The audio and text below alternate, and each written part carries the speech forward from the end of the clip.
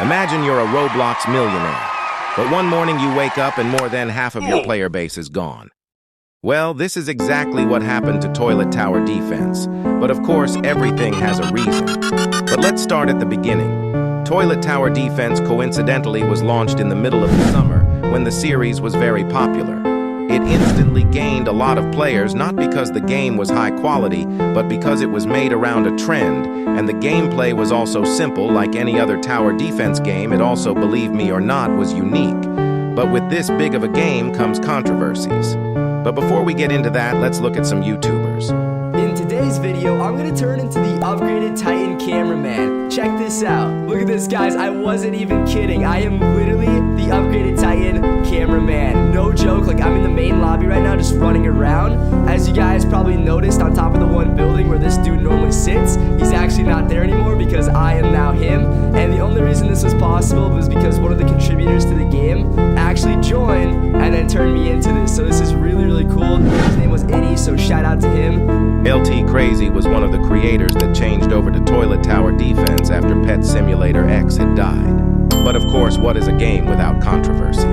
But I have explained the controversies in my other videos, so go watch on my channel. But if you still want to know, then okay, let me explain. The creator of Skibidi Toilet had gained a lot of views from the series, and when he saw Toilet Tower Defense was growing of his own series, he decided to copyright strike the game since he thought that Talanthric was stealing the idea of the series. In today's video, I'll be talking about the recent update as well as the current state of Toilet Tower Defense. As I'm sure all of you guys have noticed, the game's player count isn't even close to what it used to be. The game used to have hundreds of thousands of players on updates, and the player counts wouldn't even be close to dropping below 100,000 before they released the next update. So for this video, I'll be talking about what's wrong with the game, what needs to happen to fix it, and on top of all that, the future of my channel. I've been wanting to make this video for about a month or so, around when the clock event ended, because that's definitely when the player count drops significantly. But anyway, before we begin, make sure to leave a like and subscribe so we can hit 200,000 subs before the end of the year. At the time of recording this, we're literally less than 27,000 subs away from our goal, so it would help me a ton if you were to subscribe. And also, join my Discord server because we host giveaways there daily, and I post sneak peeks to future videos as well. Link is in the description. But yeah, for chapter 1 or segment 1 for this video, whatever you want to call it, we'll be talking about what's wrong with this game. And to start things off, I do think I want to talk about the recent updates, especially the abysmal update that we had recently. I actually talked about this earlier in a video about a week ago, but the abysmal mode isn't even new. It's literally copy and pasted from the Halloween event as well as the turkey event back about a year ago. And to make things worse, the one unit that was literally only added to this update had to be pay to win. And not to mention that it was literally 599 Robux, which is just a pure cash grab. And it's not even really that good at all either. Like, it's just not that good whatsoever. I mean, you know it's bad when this is all they have for the update log. Like, it doesn't even fit the entire screen, bro. And like, these two podiums right here aren't even filled either. Like, yikes. So yeah, this update was just entirely just pure pay to win. I wouldn't be surprised if Evan and Talanthric in their DMs literally were talking about how they wanted to release this exclusive just to make a quick million or so Robux. Because 95,000 existing at 599 Robux is about 420 Robux per one sold.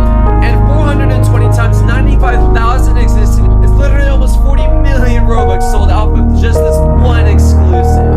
Not to mention this one, and just all of the exclusive days released previously. So yeah, that is definitely problem number 1 with this game. But problem number 2 is just lack of good updates and lack of updates in general. I'd say the last good update was the endless mode update. I mean, as you can see by my screen share, the last good update was literally in January, which is literally over 7 months ago. Since then, they've just added exclusive units, crate units, repeat maps, repeat events, repeat currencies, and actually, wait, never mind. There was actually the marketplace update, which was pretty solid on March 2nd. But still, that's literally 5 months ago. I feel like the state of this game is just not good at all. For problem number 3, this one's a little bit different. I don't really want to say that Talantric is greedy, but he just wants to make as much money as possible by keeping the development team as small as possible, which forces Evan to do loads of work for being the only scripter. I mean, I just want to take a look at some of the other development teams that have really big games on Roblox. So if I head over to rollymons.com and just go to the games catalog, and let's just take Pet Simulator 99 for an example. As you can see, they literally have 200,000 players literally at all times. And on update days, they still have over 80 to 100,000 as well. Whereas Toilet Tower Defense has giant spikes, and then literally not even a day later dips below 50,000. Like, bro, this is just atrocious. Like, it literally got below 30,000 as of the time of recording this today.